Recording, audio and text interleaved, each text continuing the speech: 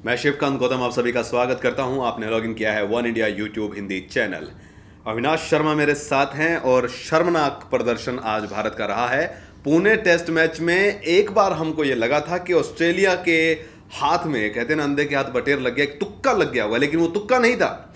आज जबरदस्त गेंदबाजी हुई और नेथन लियोन ने तो जैसे कि घुटनों पर जो है पूरी टीम को लाके रख दिया जमीन पर और निस्तो नाबूद कहेंगे इसको कर दिया है। ओकीफ की गेंदबाजी उस पिच पर मानी गई थी कि वो पिच बेहद खराब थी और ऑस्ट्रेलिया 260 रन पहली पारी में बनाने के बाद कुछ न कुछ मजबूत स्थिति में वहां था। आज लंच तक भारत ठीक था। आखिरी ओवर जिस तरीके से चेतेश्वर पुजारा ने खेला वो लग गया था कि वो होंगे ही आउट। जिस तरीके से वो डिफेंसिव चले गए थे और बेहद खराब खेल खेला था। पूरे खेल में भारतीय टीम जो पिछला इफेक्ट था वो साफ दिखा, साफ झलका। क्या 2-0 से ऑस्ट्रेलिया बढ़त मान ले पहले दिन? देखिए, आज का परफॉर्मेंस को देख करके तो ये कह सकते हैं कि ऑस्ट्रेलिया इस मैच को जीत जाएगी। बहुत ज़्यादा उम्दा बॉलिंग की है और नेथन लैन ने बॉलिंग की है। इसका मतलब है कि पिच से उनको मदद मिली है। उससे भी ज़्यादा बड़ी बात यह है कि इंडियन बैट्समैन ने उनको बहुत सारे मौके दिए हैं। जब सेट होने के बाद ही ज़्यादातर इंडिया के जितने हम दिग्गज बल्लेबाज कहते हैं, सारे के सारे सेट होने के बाद आउट हुए थे। चाहे वो कोहली हो, चाहे रहाणे हो, चाहे पुजारा हो। ये स्कोर कार्ड देखिए आप। चेतेश्वर पुजारा 66 बॉल खेलकर आउट हुए हैं, विराट कोहली 17 गेंद खेलकर, अजिंक्य रहाणे 42 बॉल खेलकर, करुण नायर 39 बॉल खेलकर। इतनी गेंदें खेलने के बाद देखिए, मैचों में अमूमन ये होता है कि 8-10 बॉल के बीच में विकेट गिर जाता है, 20 बॉल में भी गिर जाता है, लेकिन 20 बॉल खेलने के बाद यानी 3 ओवर आप खेल चुके हैं और मैदान पर आप 3 ओवर खेल चुके हैं खुद के खाते में। इसका मतलब ये है कि आप 6-7 ओवर से मैदान पर हैं, एनवायरमेंट और पिच को समझ चुके हैं। उसके बाद विकेट गंवाना, जिस तरीके से करुण नायर ने विकेट गंवाया, बहुत गैर जिम्मेदाराना, अजिंक्य रहाणे ने विकेट गिराया, अपना खुद का उन्होंने झोली में डाल दिया, तो ये बेहद खराब बल्लेबाजी थी। करुण नायर को एक बेहतरीन मौका मिला था और मुकुंद अच्छा भी खेल रहे थे, बहुत अच्छी बैटिंग कर रहे थे, शॉट्स लगा रहे थे, अग्रेसिव खेल रहे थे और पार्टनरशिप भी अच्छी बिल्ड हो गई थी उनके और राहुल के बीच में। लेकिन पता नहीं क्यों एक्स्ट्रा अग्रेशन के चक्कर में आगे बढ़ करके खेलने की जरूरत नहीं थी वहां पे और अपना विकेट गंवाया। आखिरी 4-5 विकेट तो 15-20 रन में गंवा दिया एक बार फिर से। आखिरी के 6 विकेट इनके 22 रन के अंतराल में गिरे हैं। पिछली बार 7 विकेट 11 रन पे गिरे थे, इस बार ये 22 रन पे 6 विकेट खो दिए। तो एक कुल मिलाकर भारत जो है बहुत बहुत बहुत बुरी तरीके से बल्लेबाजी कर रहा है। अपने आप को नंबर 1 टीम अगर ये रखना चाहते हैं और कहला भी रहे थे अभी तक, तो वो खेल नहीं है। घर में अगर आप ढेर हो रहे हो, बाहर जाकर तो आप ढेर होते ही हो, लेकिन घर में अगर ऐसे हालात होंगे तो किस तरीके से टीम और एक ये लंबा जो इनका चला आ रहा था शेड्यूल जीत का भारतीय टीम का, वो तो अब बहुत मुश्किल लग रहा है। और बल्लेबाजी पूरी तरीके से एक किस्म से कह सकते हैं कि बैकफुट पर है। हाँ। और बहुत ज्यादा प्रेशर में है। लगा तो पहले तो कल तक ऐसा लग रहा था कि भारतीय टीम पर दबाव नहीं होगा, ये भूल चुके होंगे, अपनी गलतियों से सीख ले लिया होगा इन लोगों ने, लेकिन ऐसा कुछ आज देखने को नहीं मिला, जो काफी ज्यादा शॉकिंग था।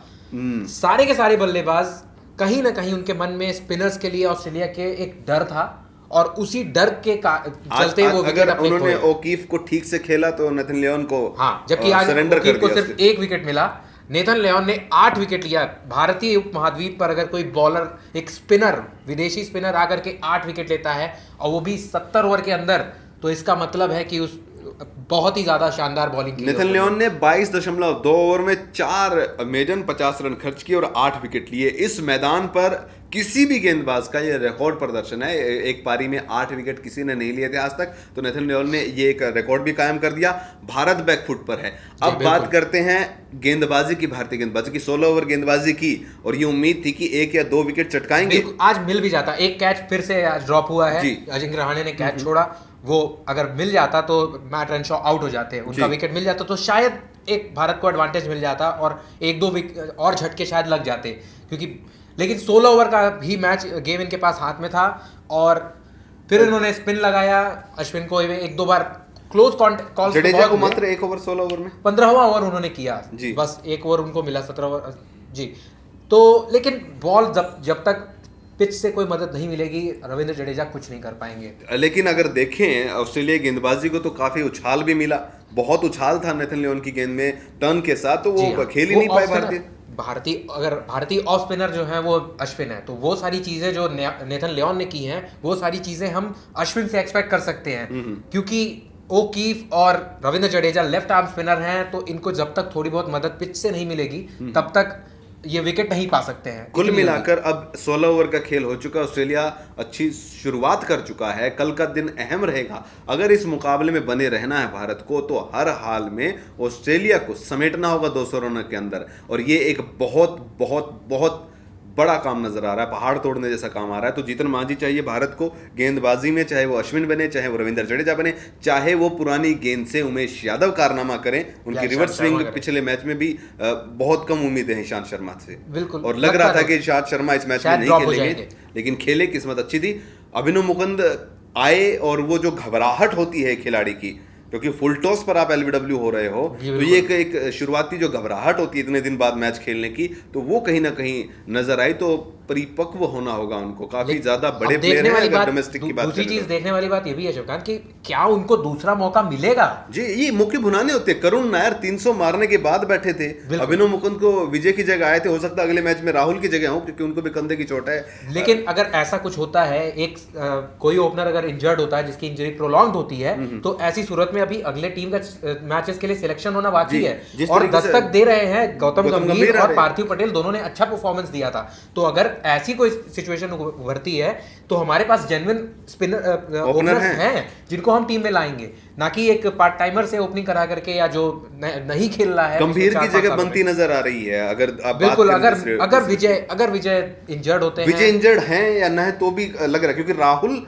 जूझ रहे हैं बहुत लंबे टाइम से, अभी इंजरी चल रही है। मैच के बीच में अगर वो इस तरीके से बल्ला छोड़ रहे हैं और आउट हो रहे हैं, क्योंकि आज जिस शॉट पे आउट हुए हैं वो इंजरी की वजह से हुए हैं, साफ दिख रहा लगा तो वैसा ही, क्योंकि 90 के स्कोर पे अगर कोई बल्लेबाज खेलता है तो ऐसा शॉट नहीं खेलता है। जी बिल्कुल। तो कुल मिलाकर भारतीय टीम का बदलाव तो बहुत सारे होंगे लग रहा है। 2 टेस्ट मैच के बाद नई टीम जो आएगी, गौतम गंभीर भी आ सकते हैं, लेकिन फिलहाल इस मैच की बात करेंगे। बेंगलोर को बचाना है तो कुछ ना कुछ तो करना होगा भारतीय गेंदबाजों को अब इस पारी में, और उसके बाद भारतीय बल्लेबाजों को कुछ ना कुछ तो घोटकर पीना होगा, भूलना होगा ये दर्द जो 3 पारी उनकी पिछली रही है। तीनों पारी बेहद खराब रही हैं, किसी भी 107, 105 और अब 179, तो ये जो स्कोर है ये भारत का तो नहीं हो सकता। वीरेंद्र सहवाग भी कह रहे थे, और भारतीय पिच पे पहले दिन टॉस जीतकर, बिल्कुल, ये तो किसी ने एक्सपेक्ट नहीं किया था कि आज 200 के अंदर भारतीय टीम ढेर हो जाएगी। पिच को सुबह देख करके लग रहा था कि बैट्समैन पैराडाइज है, रन्स आराम से बनेंगे, और बनने भी चाहिए थे। पहले सेशन में भी अगर बात की जाए तो 70 के करीब रन बन गए थे जी, और मात्र 2 विकेट, वो भी लास्ट के ओवर में 1 विकेट गिरा चेतेश्वर पुजारा का, लेकिन उसके बाद तो पूरी की पूरी पारी जो है वो टी के बाद तो लड़खड़ा सी गई पूरी। कुल मिलाकर अब भारत इस मैच में करो या मरो दूसरा ही दिन पे आ गया है। ये लग रहा था कि चौथे या 5वें दिन मैच में ऐसी स्थितियां आएंगी जब कुछ ना कुछ होगा, ऊपर नीचे उतार चढ़ाव आएगा, लेकिन इस मैच में पहले ही दिन भारत के लिए परीक्षाएं शुरू हो गई है। तो विराट के सामने विराट चुनौती है बहुत तगड़े वाली।